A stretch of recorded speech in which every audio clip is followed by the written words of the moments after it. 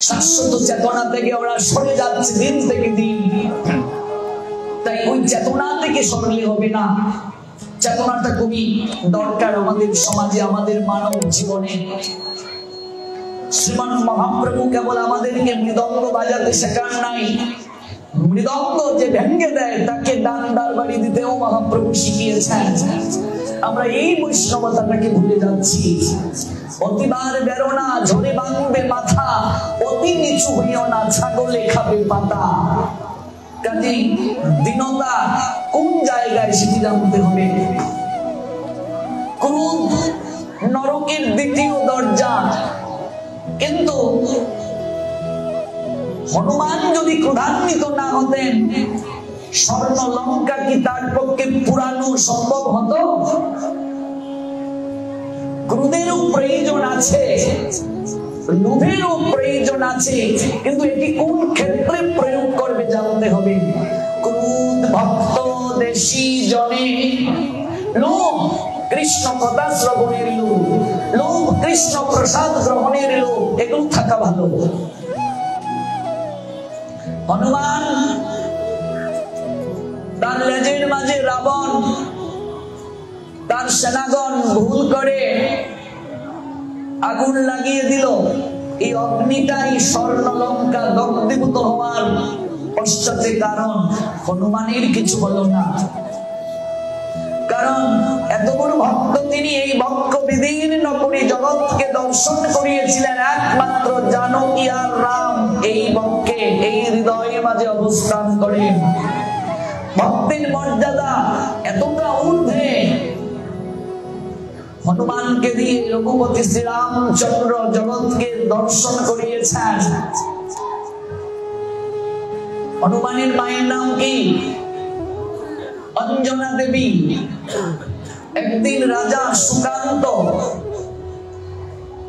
রঘুপতি শ্রীরামচন্দ্র যখন রাবণকে বধ করে অযোধ্যায় ফিরে এলেন, সকল রাজন্য বর্গ রঘুপতি শ্রীরামচন্দ্রকে গিয়ে শ্রদ্ধাঞ্জলি নিবেদন করছেন।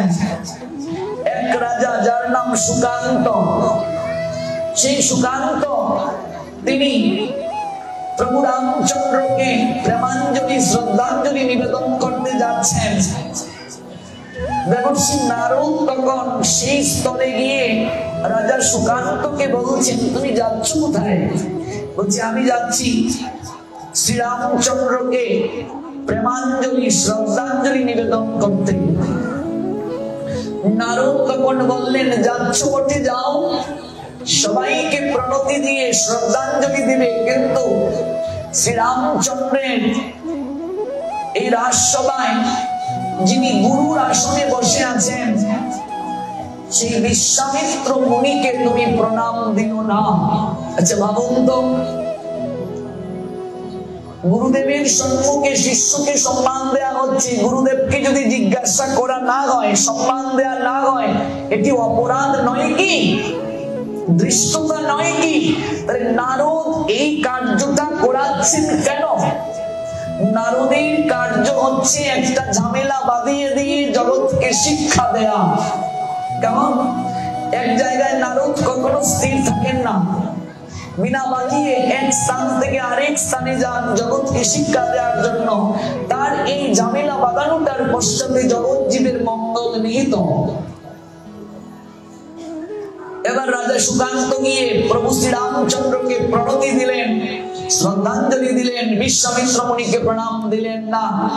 সবার মাঝে গুরুদেবের অপমান হলো। গুরুদেব ক্ষিপ্ত হয়ে বললেন, শ্রীরাম, তোমার সবাই, তুমি না মর্যাদা পুরুষোত্তম, গুরুদেবের অবমাননা করা হলো, আর তুমি তার বিচার যদি না করো, আমি এক্ষুনি সভা ত্যাগ করব। গুরুদেব, আপনি শান্ত হন। আমি শান্ত কি করে থাকবো বৎস? গুরুদেবের অপমান হলো সবাই। আগামীকাল সূর্য অস্তের পূর্বে রাজা সুকান্তের মস্তক ছেদন করে তুমি আমার চরণে যদি অঞ্জলি দিতে পারো, তাহলেই আমি শান্ত হব। কথাটা শোনার সঙ্গে সঙ্গে সুকান্ত দৌড় আর বলছে, এই দেবর্ষির সঙ্গে সাক্ষাৎ হওয়াটাই আমার আজ মৃত্যুর কারণ। কেন যে তার কথা শুনতে গেলাম, এখন আমার প্রাণ যায় যায় যায়। এই বেটা বিনা বাজিয়ে বাজিয়ে আমায় মিষ্টি মিষ্টি করে কেন যে এই কথাগুলো বলতে গেল, আর আমি কেন শুনতে গেলাম। দৌড় শুরু করেছেন। নারদ বলছেন, রাজন দৌড়াচ্ছ কেন? বলছে আর পিছনে ডাকবে না, তোমার কথা শুনতে গিয়ে আজ আমার মৃত্যু দশা হলো। বলছে আরে বলে যাও কি হয়েছে? বলছে আর বলবে না, আগামীকাল সূর্য অস্তের পূর্বে আমার মস্তক ছেদন হবে। বলছে আরে বোকা, যে প্রাণ নেয়ার ব্যবস্থা করতে পারে সে প্রাণ দেয়ারও ব্যবস্থা করতে পারে। এত দৌড়াচ্ছ কেন? শোনো, আমি তোমায় একটা বুদ্ধি দিচ্ছি। তুমি যাবে মাতা অঞ্জনা দেবীর নিকটে। কার নিকটে? হনুমানের মায়ের নিকটে গিয়ে প্রণাম দেবে। প্রণাম দিয়ে বলবে, মাতা আপনি আমার একটা ইচ্ছে পূরণ করবেন, কথা দিন। অঞ্জনা দেবী যখন তোমায় কথা দেবেন, তখন তুমি কৌশল করে তোমার প্রাণ রক্ষার জন্য অঞ্জনা দেবীকে বলবে। রাজা সুকান্ত বলছেন, আপনি কি বলছেন? এই কমলার কাছে যাব আমি আমার প্রাণ রক্ষার জন্য, অঞ্জনা দেবী আমার প্রাণ কি করে রক্ষা করবে? বলছে আরে আমার কথাটা কি সম্পূর্ণরূপে শোনো। তুমি অঞ্জনা দেবীর কাছে কথাটা গিয়ে বলো, তারপর দেখো না কোথাকার জল কোথায় গিয়ে গড়ায়। রাজা সুকান্ত ছুটতে শুরু করলেন। দেবী অঞ্জনা দেবীর কাছে গিয়ে প্রণতি নিবেদন করলেন, আরে তুমি রাজা হই আমায় প্রণাম দিচ্ছ? বলছে মা গো, আজ আমি রাজা নই, এক কাঙ্গাল হয়ে তোমার নিকটে এসেছি, কথা দাও মা, আমি যে ভিক্ষা চাইবো তুমি দেবে। তুমি রাজা, আমার কাছে কি ভিক্ষা চাইবে? আমি এক সামান্য রমণী। বলছে তোমার কাছে যা আছে আস্থা আমার বড় প্রয়োজন, কথা দিলাম। কি চাও তুমি?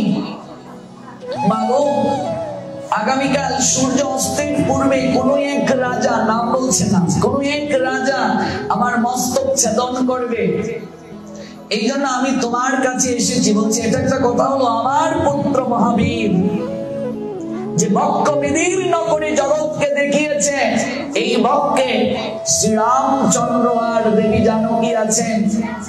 একবার শ্রীরাম মুখ গহ্বর থেকে ধ্বনি যখন তার বের হয়, বৃহৎ বৃহৎ পর্বত পর্যন্ত উত্তোলন করার শক্তি সে পেয়ে যায়।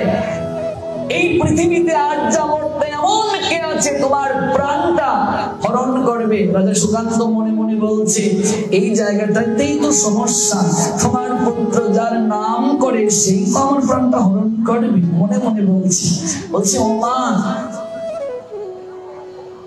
আমি কি তাহলে তোমার কাছ থেকে ভিক্ষাটা পাবো? বলছে একদম নিশ্চিন্তে যাও, গিয়ে ঘুমাও, আমার পুত্র আসলে পরে আমি সব ব্যবস্থা করছি। এবার অঞ্জনা দেবী ত্রিসন্ধে অঙ্গীকারবদ্ধ হলেন। রাজা সুকান্ত চলে গেলেন, পুত্র আসলেন মায়ের কাছে, মাকে এসে প্রণাম দিলেন। পুত্র হনুমান, আগে মা, আমি তোমার মা, তোমার কাছে একটা জিনিস চাইবো। বলছি এই কি? তুমি আমার কাছে চাইবে? আমার অনুমতির কি আবশ্যকতা? না পুত্র, আমি আজ একজনকে কথা দিয়েছি, তার প্রাণ আমি রক্ষা করব। কার এমন প্রাণের সংশয় দেখা গিয়েছে মাতা? কথা দাও পুত্র, তুমি যার প্রাণের সংশয় দেখা দিয়েছে তাকে তুমি রক্ষা করবে। মাকে স্পর্শ করে হনুমান কথা দিলেন, আমি কথা দিলাম তোমায়, যার প্রাণের সংশয় দেখা গিয়েছে আমি তার প্রাণ রক্ষা করব। বলো বলো কোন রাজার প্রাণের সংশয় দেখা গিয়েছে, কে তার প্রাণ হরণ করবে? আমি তোমায় কথা দিলাম। এবার অঞ্জনা দেবী বলছেন, রাজা সুকান্ত যার প্রাণ হরণ করবে তোমার প্রভু রঘুপতি শ্রীরামচন্দ্র। গৌর প্রেমানন্দে কথা দাও, তুমি তাকে রক্ষা করবে। এবার হনুমান ভুলুণ্ঠিত হলেন, ও মা, এই কেমন তুমি আমায় দিয়ে প্রতিজ্ঞা করালে? আমার প্রভু তো গুরু আজ্ঞা রক্ষা করার জন্য প্রতিজ্ঞা করেছেন আগামীকাল সূর্য অস্তের পূর্বে দ্বিখণ্ডিত করবে সুকান্তের মস্তক।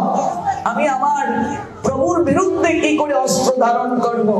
নারদ বলছেন, বা খেলাটা তো ভালোই জমলো। শ্রীরামচন্দ্র কথা দিয়েছেন গুরুদেবকে, সূর্য অস্তের পূর্বে সুকান্তের মস্তক ছেদন করবে। এদিকে অঞ্জনা দেবী কথা দিয়েছেন রাজা সুকান্তকে রক্ষা করবে। অঞ্জনা দেবীকে কথা দিয়েছেন হনুমান, দেখি কোথাকার জল কোথায় যায়। বিনা বাজাতে শুরু করলেন দেবর্ষি নারদ, আর বললেন এবার আমি দেখবো, দেখি এই লীলার শিক্ষাটা কি জগৎজীব গ্রহণ করেন। হনুমান এবার ছুটলেন রাজা সুকান্তের নিকটে কুটিরে। দেখুন, ভালো করে বুঝুন, আপনি যদি ভগবানের কথা শ্রবণ করেন, আপনি যদি ভগবানের কথা শ্রবণ করেন, তাহলে মুনিগণ, ঋষিগণ, যোগীগণ, ধ্যানীগণ, তীর্থগণ সবাই আসবে সেই যজ্ঞস্থলে সর্বপ্রথম।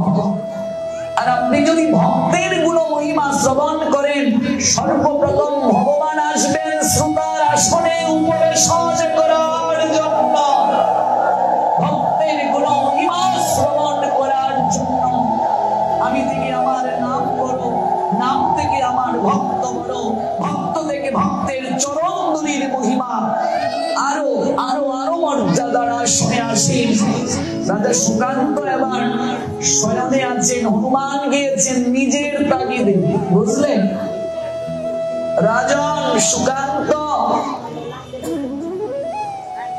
হনুমানকে দেখে প্রণতি নিবেদন করলেন, শোনো, আগামীকাল সূর্য অস্তের পূর্বে প্রভু তোমার মস্তক ছেদন করার প্রতিজ্ঞা করেছেন। গুরুদেবের আজ্ঞা পালন করার জন্য আমি তোমায় বাঁচাতে এসেছি আমার মায়ের আদেশে।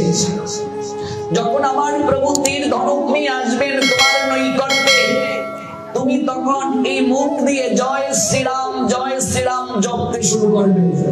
হনুমান বলছে, তুমি আমায় বিপদে ফেলেছো না, কাজে আমিও দেখবো তোমার ক্ষমতা কতটুকু। ভক্ত ভগবানের নৈকট্যে বলছে, যতক্ষণ পর্যন্ত ভগবানের নাম কারো শ্রী বদনে থাকে, মহাকাল তাকে নিতে পারে না, এমনকি ভগবান পর্যন্ত তাকে শাস্তি প্রদান করতে পারেন না।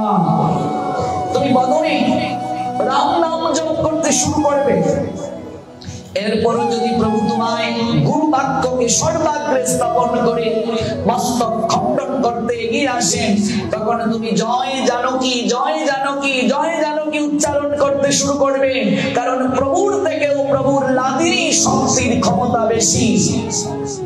যেমন রাধা কৃষ্ণ থেকেও প্রেমময়ী শ্রীমতী রাধারানীর নামের শক্তি বেশি, নারায়ণ থেকেও লক্ষ্মী নামের শক্তি বেশি, শ্রীরামচন্দ্র থেকেও সীতা জানকী এই নামের শক্তি বেশি। অগ্নি থেকে যেমন উত্তাপকে আলাদা করা যায় না,